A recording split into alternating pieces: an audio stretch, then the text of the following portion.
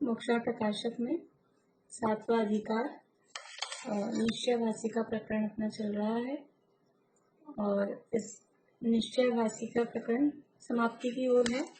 हो सकता है आज पूरा हो जाए या कल तक चलिए हम देखते हैं। कर ही लिया पूरा।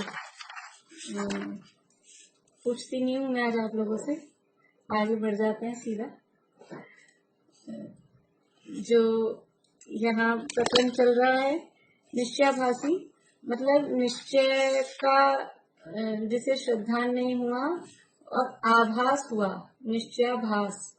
निश्चय का श्रद्धान नहीं हुआ लेकिन उसको ऐसा आभास हो गया है कि मुझे निश्चय का श्रद्धान हुआ है और निश्चय ही सही होता है, बस निश्चय ही होता है, व्यवहार कुछ नहीं होता है। तो ऐसी मान्यता वाला जीव वो निश्चयाभासी कहलाता है। और उसकी सारी मान्यताएं, उसकी प्रवृत्तियों की चर्चा करने की अंत में ये चर्चा चल रही है कि जो गुणस्थान, मागणस्थान आदि के जो विचार हैं, द्रव्य आदि के जो विचार हैं, उनमें परद्रव्यों को जानने का प्रसंग बनता है। तो परद्रव्यों को जानना चाहिए कि नहीं जानना चाहिए? परद्रव्यों को जानने से तो राग द्वेष ही होते हैं, इसलिए परद्रव्य को बिल्कुल भी नहीं जानना चाहिए, ऐसा वो सोचता है, ऐसा वो मानता है और उसके लिए वो तर्क दे रहा है और पंडित जी उसको बार बार में समाधान कर रहे हैं।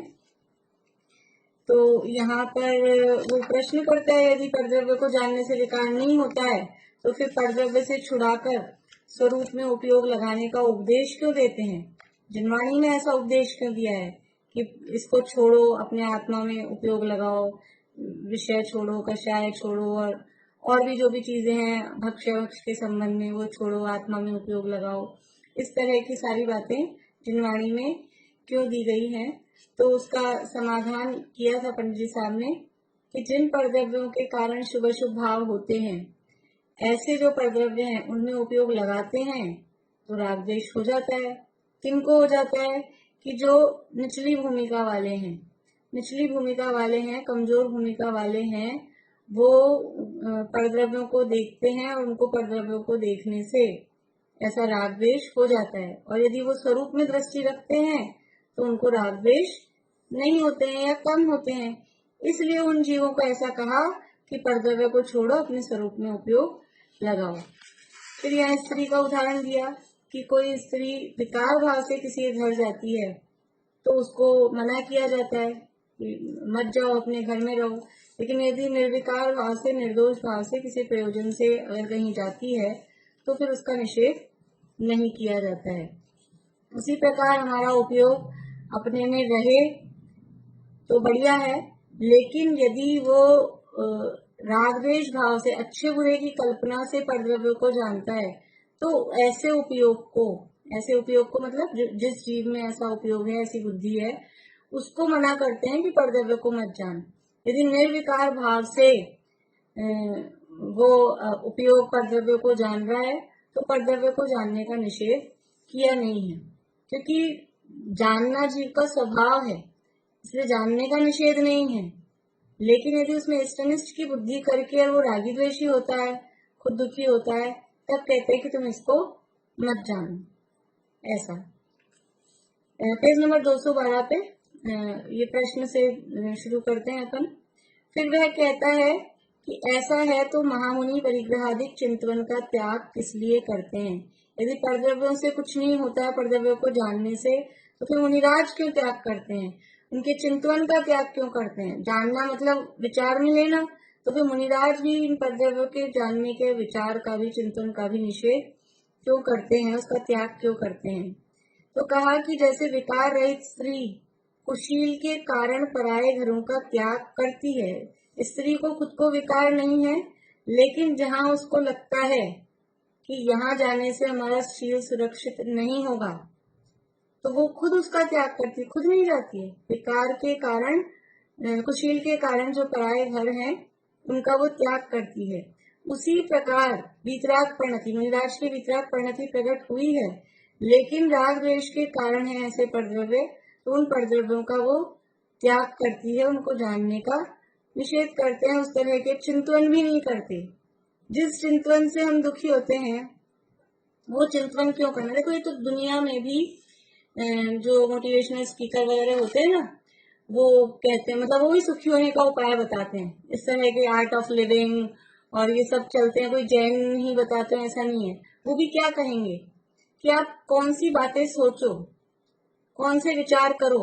जैसे मेरा बीपी लो रहता है ना, तो मुझे बैठ जी क्या बोलते हैं, मतलब दवाई ववाई तो जो है वो है, ठीक है, बोले खुश रहो, प्रसन्न रहो, और ऐसे लोगों से मिलो जुलो जिनसे अच्छा लगता है। अभी ऐसे लोगों से मिलेंगे जुलेंगे जिनसे मिलके टेंशन होती है, तो वो अपने आप ही बीपी लो होगा ना। तो ऐसे का बुद्धिपूर्वक ऐसे कारणों का त्याग करो कि बुद्धिपूर्वक करते हैं। अभी कमजोर भूमिका है, तो यदि हमारे इस तरह के प्रसंग बनेंगे तो वो राग द्वेष होंगे। तो मुनिराज भी राग द्वेष के कारणभूत जो बाहरी परद्रव्य हैं वो उनका त्याग करते हैं। यद्यपि ऐसा नहीं है कि परद्रव्य विकार करा रहा है, लेकिन वो जो जिन परद्रव्यों को देखने से, जानने से हमारे को विकार हो सकता है, उनका वो त्याग करते हैं।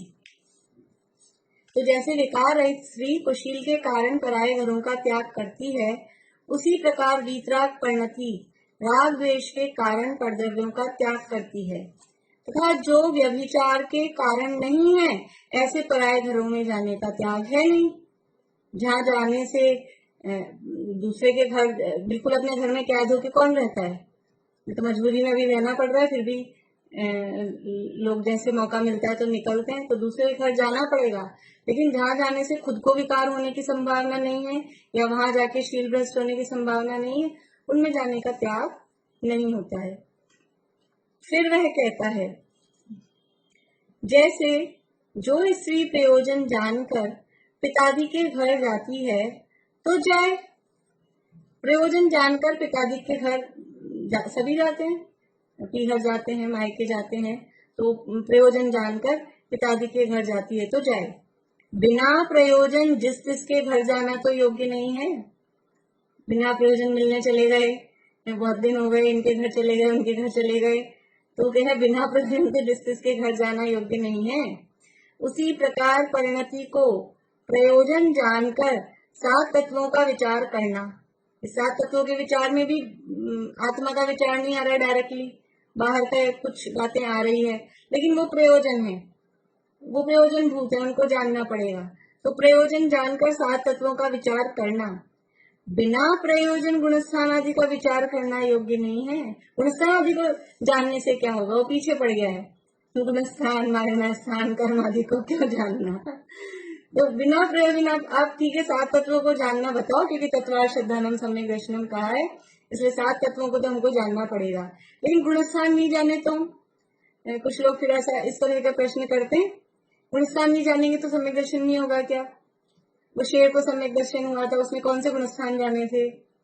कि कर्मों को नहीं जानेंगे तो सम्यक दर्शन नहीं होगा क्या? और समझ लीजिए जो भी इस तरह की बातें हैं, मारना स्थानों को नहीं जानेंगे तो यद्यपि उससे सम्यक दर्शन का कोई डायरेक्ट रिलेशन नहीं है, नहीं जानते हैं तो भी हो जाता है। जो जितने भी तिर्यंश हैं कि और समझ लीजिए अल्प, बिल्कुल अल्पज्ञ हैं, मंद बुद्धि हैं, वो नहीं जानेंगे तो भी हो जाएगा। लेकिन हमारे पास बुद्धि है कि नहीं है? हम क्यों जानने का निषेध करना चाह रहे हैं? बुद्धि तो इतनी है और फिर उपयोग लगता नहीं है, फिर पीछे बताई सारी उसकी प्रवृत्तियां, जैसे तैसे यूं ही काल गंवाता रहता है, विषयों में लिप्त हो जाता है। ये तो उसके लिए है कि जिसमें बुद्धि नहीं है तो प्रयोजन भूत देह और आत्मा का भिन्न भिन्न बोध कर लो, वो प्रयोजन भूत है। लेकिन यदि उपयोग बुद्धि इतनी है तो उपयोग कहीं ना कहीं तो लगाना पड़ेगा, उपयोग तो लगेगा। जैसे बोलते ना खाली दिमाग शैतान का घर।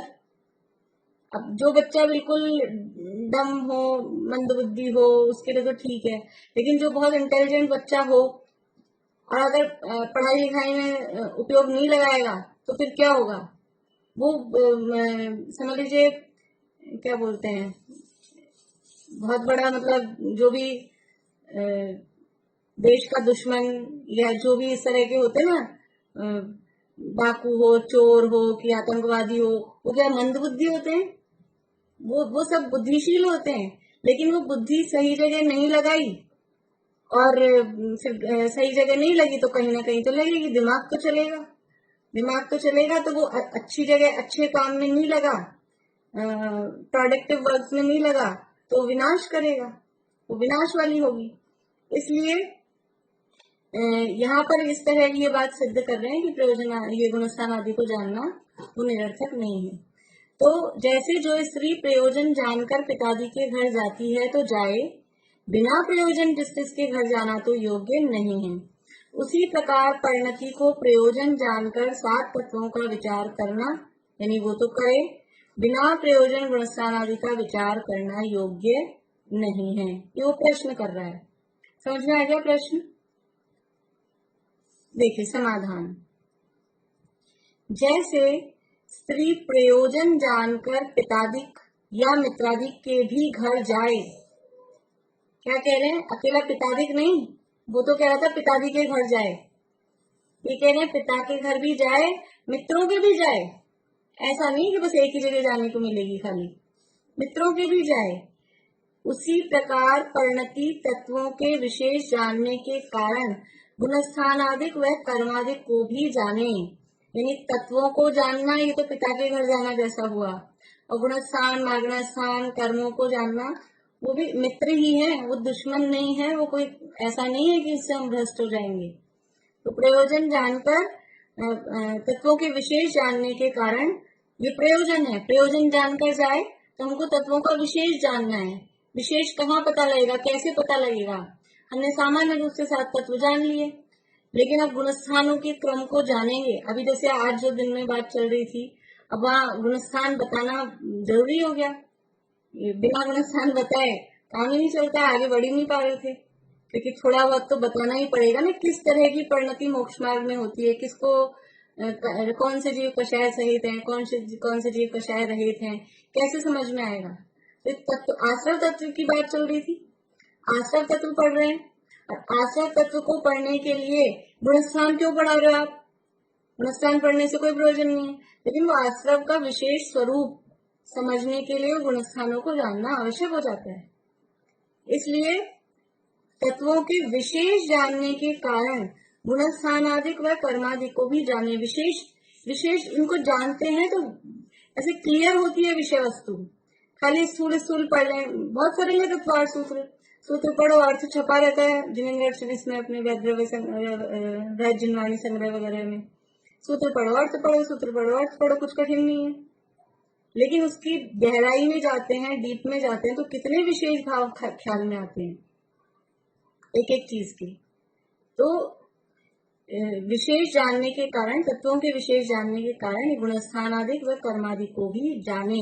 जैसे प्रयोजन जान के पिता के घर भी जाए, मित्रों के घर भी जाए, वैसे ही प्रयोजन जानकर तत्वों को जाने और उन तत्वों के ही विशेष, उनमें और अच्छा समझ लीजिए क्लियरिटी लाने के लिए वो इनको गुणस्थान और कर्मादि को भी जाने। तथा यहाँ ऐसा जानना कि जैसे शीलवती स्त्री उद्यम पूर्वक तो विट पुरुषों के स्थान पर न जाए। शीलवती स्त्री उद्यम पूर्वक मतलब चला के, खुद ही चली गई, ऐसा चला के खुद तो विट पुरुष मतलब जो कुशीली गलत व्यभिचारी पुरुष हैं, ऐसे विट पुरुषों के स्थान पर नहीं जाए। यानी जो शीलवती स्त्री है वो चला के खुद अपनी इच्छा से तो गलत जगह जाएगी नहीं, जहाँ गलत लोग रहते हैं, जिनकी नजरें खराब है, जिनके उद्देश्य खराब है, चला के तो वो वहां जाएगी नहीं। यदि पर वश वहां जाना बन जाए, कभी कदाचित ऐसा प्रसंग बन जाए कि कहीं कोई व्यभिचारी लोगों के बीच में, कुशीली लोगों के बीच में जबरदस्ती कोई ले गया, किसी कैसे भी कोई भी प्रसंग बना और वो वहां पहुंच जाए, फिर क्या हो? चला के तो कभी नहीं जाएगी, लेकिन कभी कोई गलती से कोई दूसरा ले गया, धोखे से ले गया, कुछ भी ऐसा प्रसंग बना तो परवश वहां जाना बन जाए और वहां कुशील सेवन न करे तो स्त्री शीलवती ही है। फिर वही सीता का उदाहरण, चला के तो परपुरुष के घर में जाएगी नहीं, शीलवती है। अब जबरदस्ती उठा के पकड़ के ले गया, जबरदस्ती ले गया ना रावण उठा के पकड़ के, तो भी वहां कुशील सेवन नहीं किया तो वो शीलवती ही है। जैसे कल जो मैंने उदाहरण दिया था राजा मधु और वो उसका नाम था चंद्राभा, तो वो पहले नहीं जाना चाह रही थी, लेकिन वो चली गई, पहुंच गई जैसे भी करके, लेकिन फिर कुशील सेवन कर लिया तो वो शीलवती नहीं रही। लेकिन ये सीता वो परवश वहां जाना बना अपने पर पुरुष के घर में, लेकिन कुशील सेवन नहीं किया तो स्त्री शीलवती ही है। या स्त्री कह रहे हैं उपयोग को, परिणति को, ठीक है ना, उदाहरण और सिद्धांत एक एक लाइन में बताते जा रहे हैं। तो परिणति शब्द दिया था ऊपर भी, हमारी परिणति, हमारी प्रवृत्ति, हमारा उपयोग, हमारा उपयोग समझते हैं हमारे ज्ञान दर्शन का जो व्यापार चल रहा है वो। तो जैसे शीलवती स्त्री उद्यम पूर्वक तो विट पुरुषों के स्थान पर न जाए, यदि परवश वहां जाना बन जाए और वहां कुशील सेवन न करे तो स्त्री शीलवती ही है। उसी प्रकार वीतराग परिणति, ये वीतराग परिणति है शीलवती स्त्री। हमारी जो मुनिराज की बात चल रही है, मुनिराजों की जो वीतराग परिणति है, ऊपर प्रश्न मुनिराजों के लिए किया था ना कि वो परिग्रह आदि चिंतन का त्याग किस लिए करते हैं। तो मुनिराजों की जो वीतराग परिणति है वो है शीलवती स्त्री। वो उपाय पूर्वक तो रागादि के कारण परद्रव्यों में नहीं लगी, वो चला के तो परद्रव्यों का चिंतन जिनसे रागादि हो जाते हैं, चला के पर पुरुष के घर नहीं जाएंगे, चलाकर परद्रव्यों का, ऐसे परद्रव्यों का कि जिनसे राग द्वेष होते हैं, ऐसे परद्रव्यों का चिंतन नहीं करेंगे। यदि स्वयं उनका जानना हो जाए और वहां राग द्वेष न करे तो परिणति शुद्ध ही है। बाई चांस, गलत फहमी से, गलती से, किसी दूसरे के कारण यदि उन परद्रव्यों का जानना हो जाए तो भी वो परद्रव्यों को जानकर उसमें राग द्वेष नहीं करें तो वो परिणति उनकी शुद्धि है। जैसे वो स्त्री, शीलवती स्त्री किसी कारण से कैसे भी करके यदि किसी परपुरुष के घर पहुंच गई है, लेकिन वो वहां कुशील सेवन नहीं कर रही, राग द्वेष को कह रहे हैं कुशील सेवन, राग द्वेष कर रहे हैं मतलब वो कुशील सेवन, तो वो वहां पहुंच गई और वो वहां राग द्वेष नहीं कर रही, परिणति कुशील सेवन नहीं कर रही, तो वो शुद्धि है, वो निर्दोष है। इसलिए मुनियों को स्त्री आदि के परिचय होने पर उनको जानते ही नहीं, अपने स्वरूप का ही जानना रहता है। इतना वाक्य पढ़ा अपन ने, मुनियों को स्त्री आदि का परिचय होने पर उनको जानते ही नहीं, अपने स्वरूप का ही जानना रहता है। और इतना वाक्य पढ़ के छोड़ दें, आगे क्या लिखा है, ऐसा मानना मिथ्या है। ऐसा लगता है कुछ लोगों को, मुनिराज को उपसर्ग का पता ही नहीं लगता, मुनिराज के ऊपर उपसर्ग होता है उनको पता ही नहीं लगता, ऐसा नहीं है, जानते ही नहीं ऐसा मानना मिथ्या है। स्त्री परिचय है, 22 प्रकार के परिचय होते हैं। परिचय मतलब है नेचुरल, जो भी कुछ प्रतिकूलताएं आती हैं, प्राकृतिक प्रतिकूलताएं, उनको कहते हैं परिचय। तो 22 प्रकार की ऐसी, भूख है, प्यास है, सर्दी है, गर्मी है, मक्खी मच्छर है, कांटे चुभना है, बैठना उठना सोना, ये सब जो भी क्रियाएं हैं इस तरह से, ये सब परिचय कहलाती हैं। तो उसमें एक परिचय होता है स्त्री परिचय। यानी उस परिचय का क्या अर्थ है, स्त्री परिचय का क्या अर्थ है? बोलिए, हाथ खड़ा करिए, कौन बताएंगे? बोलिए पूर्णिमा आंटी।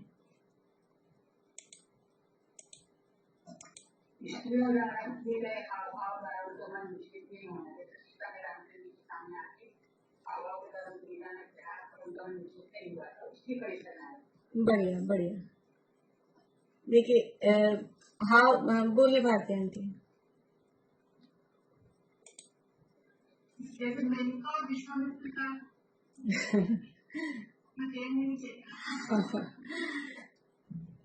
तो हाँ, स्त्री परिचय का देखिए, तो परिचय अगर मान लो वो हाव भाव नहीं भी दिखा रही है, हाव भाव दिखाकर ये करे, तो वो तो एक टाइप का अपन उसको उपसर्ग में भी ले सकते हैं और परिचय में भी ले सकते हैं। लेकिन सामान्य रूप से भी स्त्रियां गुजर रही हैं, उनके आसपास से निकल रही हैं, आमने सामने आ रही हैं।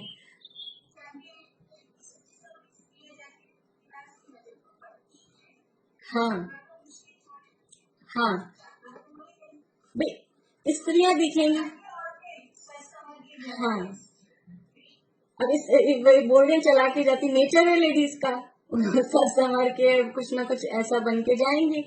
तो भी वो, ये स्त्री परिचय है। स्त्रियां अपने हाव भाव का मतलब ये भी रूप श्रृंगार करके गई, भले ही कुछ इस तरह के एक्शन नहीं कर रही हो, लेकिन आप सज धज के इस तरह से गए हो, और कुछ छमछम हो रही है, कुछ चूड़ियां बज रही है, कि कभी पायल बज रही है, कि कुछ भी इस तरह का हो रहा है, तो उनको पता लगेगा कि नहीं लगेगा?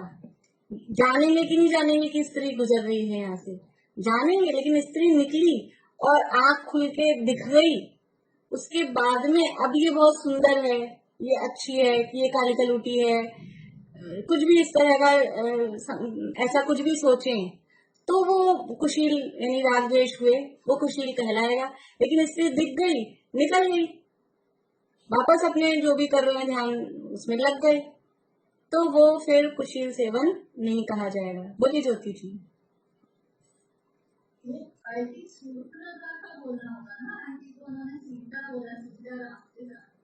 नहीं नहीं, रामचंद्र जी मुनि बन गए थे, और सीता, सीता मतलब सीता का जी वो प्रतिन्द्र बन गया, देव बन गया।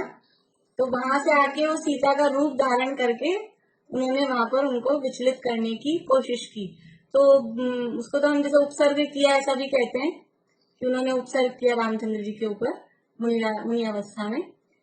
पर दोनों तरह की बातें परिचय में ले सकते हैं। कोई चला के इस तरह की करे तो भी वो स्त्री परिचय है, और वैसे भी सामान्य रूप से भी स्त्रियां आसपास से निकले गुजरे, जो भी दिखाई दे, तो भी वो विचलित नहीं होती। ये तो एक उदाहरण लिया है स्त्री का।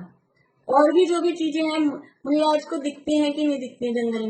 जंगल में रहते हैं, समझ लीजिए नगर में भी आते हैं, आहार के लिए आते हैं, तो और सारे काम काज उनको दिखते होंगे कि नहीं दिखते होंगे? आहार के लिए आए तो स्त्रियां रास्ते से गुजरती होंगी कि नहीं गुजरती होंगी? और सब तरह की जो भी कुछ ऐसी चीजें जिनसे विकार उत्पन्न हो सकता है, आप और चीजें छोड़ो, प्राकृतिक सौंदर्य उनको दिखेगा कि नहीं दिखेगा? बारिश का मौसम हो रहा है, अच्छी हरियाली दिखाई दे रही है, नदी झरने बह रहे हैं, वो तो जंगल में भी दिखता ही है, मतलब वहां भी। तो फिर इसमें ये अच्छा लग रहा है, ये अच्छा है, ये नजारा कितना अच्छा है, ये उसमें भी राग द्वेष कर ले अगर, तो वो कुशीली हो गए, कुशील सेवन हो गया। और जो भी न दिख रहे हैं, कोई गंदी सूखे सूखे पत्ते दिख रहे हैं, मिट्टी के ढेले पड़े हैं, तो उसमें द्वेष नहीं, और अच्छे नजारे दिख रहे हैं तो उसमें राग नहीं। बोलिए बिला भाभी।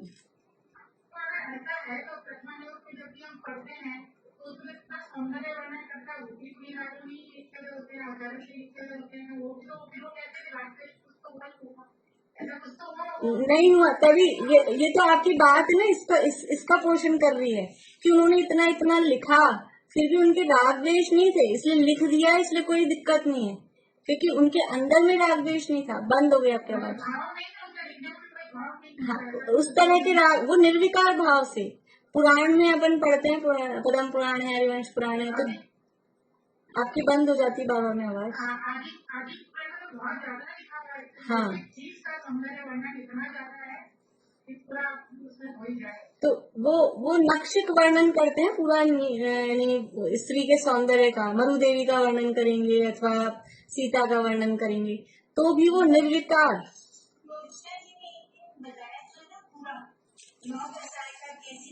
हाँ हाँ हाँ, द्रव्य संग्रह में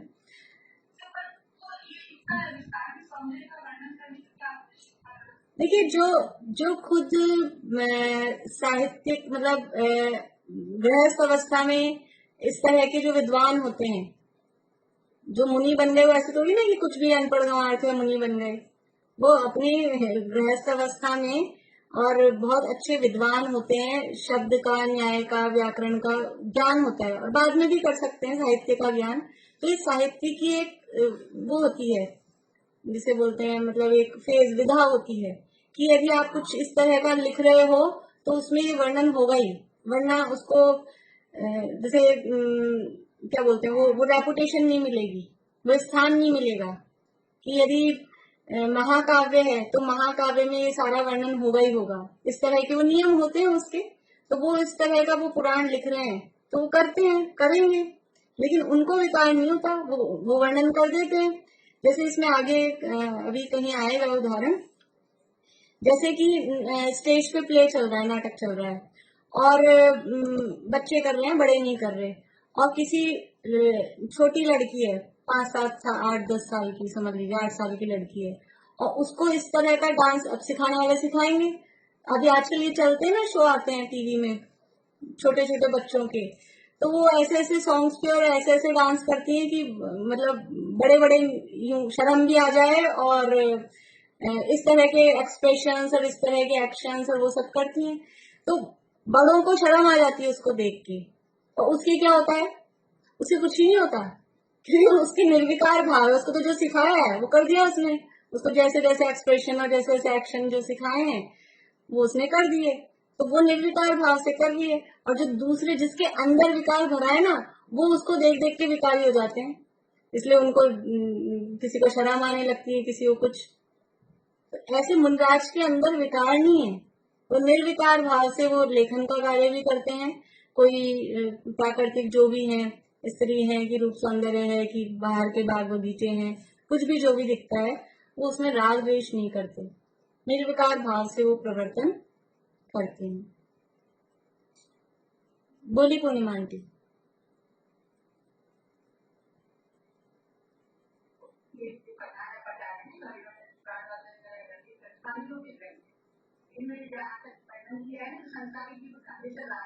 हाँ,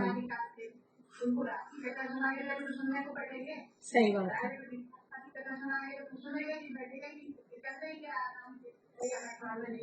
सही बात है।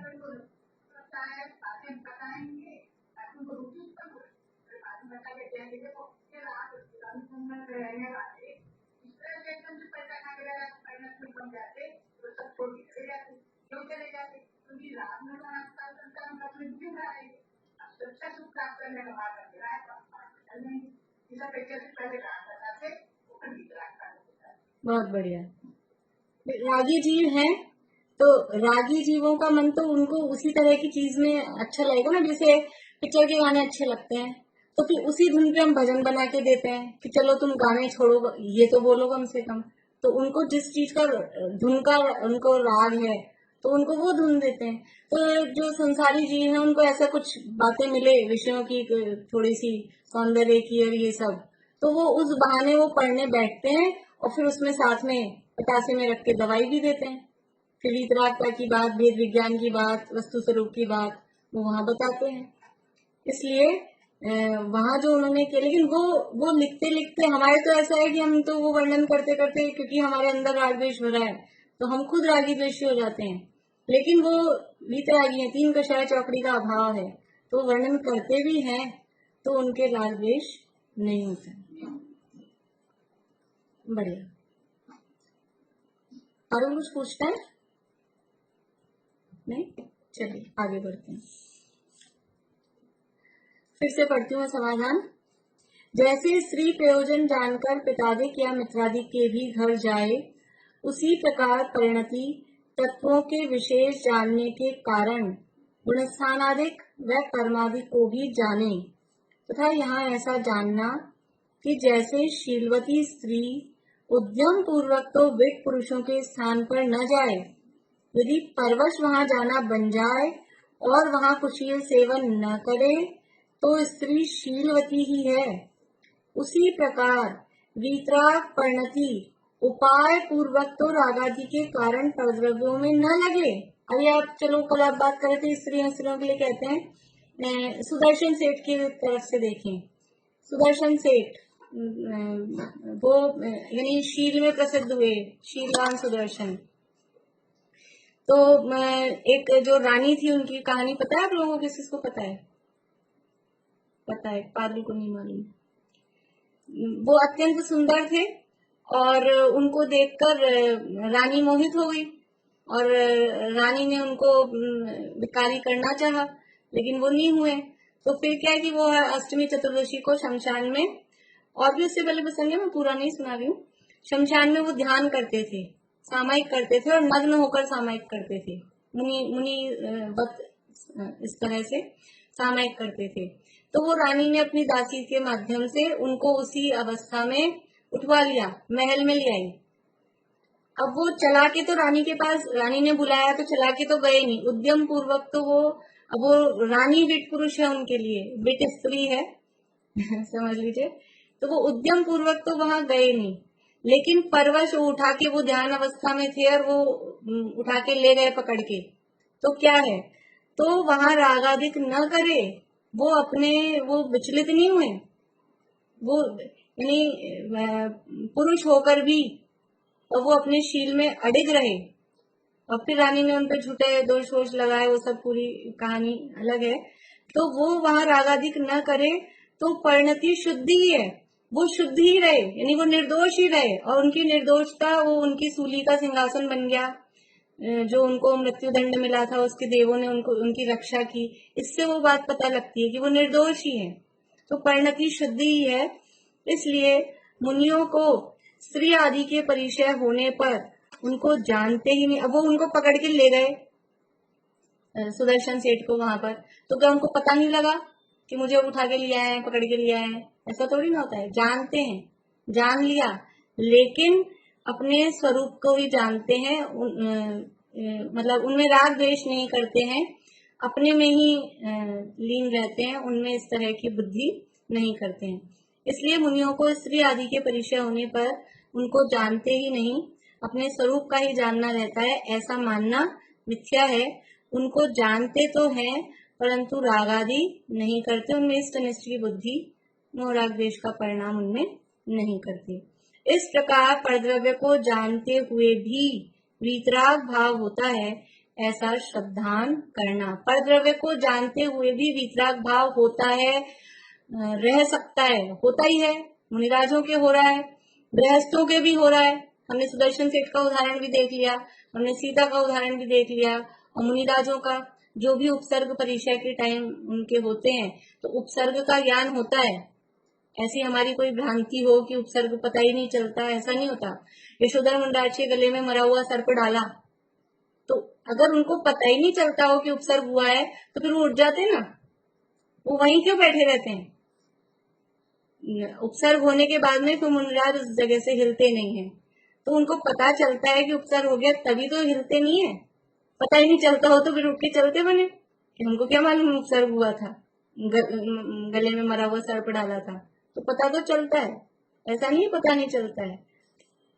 तो उनको जानते नहीं है बाहर में, ऐसा नहीं है, जानते हैं, लेकिन जानकर फिर ये किसने डाल दिया, कौन है, देख लूंगा उसको, और ऐसा वैसा, ये विकल्प नहीं, वापस से अपने स्वरूप में समा जाते हैं। और ये तो कितना आसान था, मरा हुआ सांप था, निकाल के फेंक देते, कोई देखता भी नहीं, वो डाल के गया, जैसे वो गया आंख खोल के जैसे देख लेते गया क्या, और निकाल के फेंक देते। लेकिन इतनी कषाय उनकी नहीं होती, इस तरह की माया कषाय। ये संजुलन में ऐसी माया नहीं होती। संजुलन जन्य माया है, लेकिन इस तरह की मायाचारी है, इस तरह की कषाय, इस तरह का शरीर से राग, वो नहीं होता है। उपसर्ग जानकर जहां है वहीं स्थिर रहते हैं। इस प्रकार परद्रव्य को जानते हुए भी वितराग भाव होता है, ऐसा श्रद्धान करना। क्या करें, पूरा करेंगे तो ज्यादा टाइम हो जाएगा और फिर जल्दी जल्दी में तो मजा आएगा नहीं अपने को। तो ये कल लेके फिर अपन क्वेश्चन, अगर टाइम बचेगा कल तो फिर क्वेश्चन आंसर कर लेंगे। कुछ करे होंगे ना आप लोगों ने, और आज हो जाएगा तो मैं और बना दूंगी ये लास्ट तक के। तो कल और कल ही तो है, सैटरडे है ना कल थोड़े से करेंगे, फिर मंडे ट्यूसडे अभी करेंगे अपना, जब हो जाएगा रिवीजन पूरा अपन तब रख लेंगे, नेक्स्ट सैटरडे तक रख लेंगे, जैसे भी होगा तब रख लेंगे।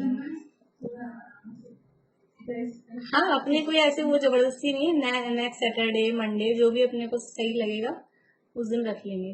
भाई आप लोग पढ़ाई चालू रखना, ताकि अपन जैसे ही पूरा हो तो 1-2 दिन बाद ही फिर रख लें, फिर ऐसा नहीं फिर 10 दिन चाहिए उसके बाद में। ठीक है, चलिए। हाँ भाभी बोलिए। वही जो शॉर्ट क्वेश्चंस अपने हैं उसी टाइप से, जैसे जो जो भी कुछ इम्पोर्टेंट लाइंस होती हैं उसके आधार पे उसी तरह से होंगे। मैं बता दूंगी, अभी मैंने भी बनाया नहीं पूरा, थोड़ा सा आइडिया अपन कर लेंगे रिवीजन के समय। प्रमत्त अप्रमत्त, प्रमत्त का मतलब है प्रमाद सहित दशा, और अप्रमत्त का मतलब है प्रमाद से रहित दशा। तो गुणस्थानों में प्रमत्त गुणस्थान है 6वां गुणस्थान, और अप्रमत्त गुणस्थान है 7वां गुणस्थान। यानी पहले से 6ठे तक सब प्रमाद सहित ही है, लेकिन 6ठे गुणस्थान का नाम है प्रमत्त विरत, इसलिए वो प्रमत्त कहलाता है। और 7वें से ऊपर सारे प्रमाद रहित ही हैं, तो लेकिन गुणस्थान का नाम 7वें का है अप्रमत्त विरत। ऐसा। और कोई हाथ खड़ा कर रहे थे क्या?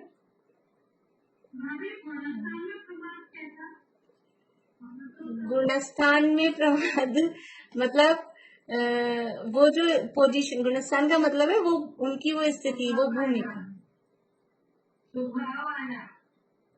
हाँ, शुभ भाव भी और अशुभ भाव भी भूमिका के अनुसार यथायोग्य जो भी दशाएं हैं वो प्रमत्त कहलाती हैं।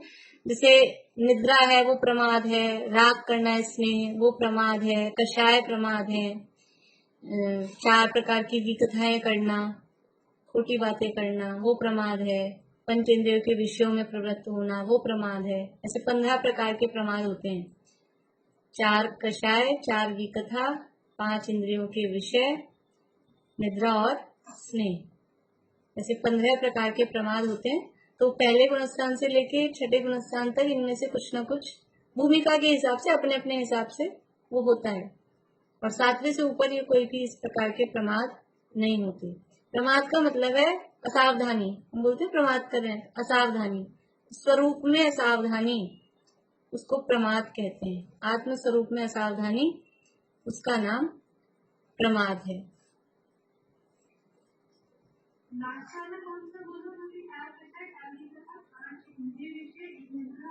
स्नेह, स्नेह। चलिए चले, हाँ ममता भी। अश्विनी चतुर्दशी को जैसे पहले वो लेते थे ना अपने नाटक में 4 पूजा दी, तो अश्विनी चतुर्दशी को फिर से चालू करा दूं क्या क्लास?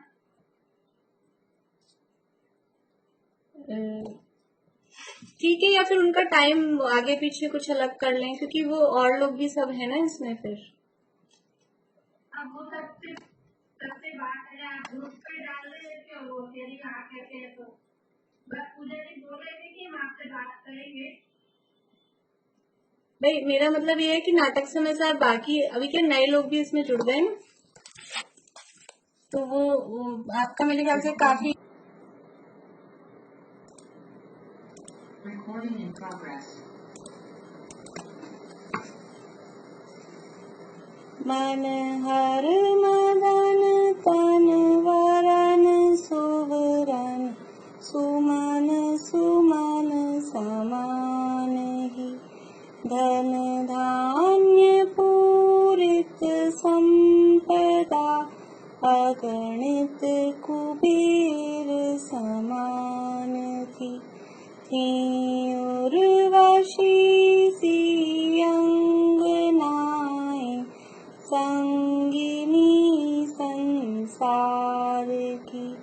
श्री कुंत जिन तृण सम तजीली राह भव दधि पार।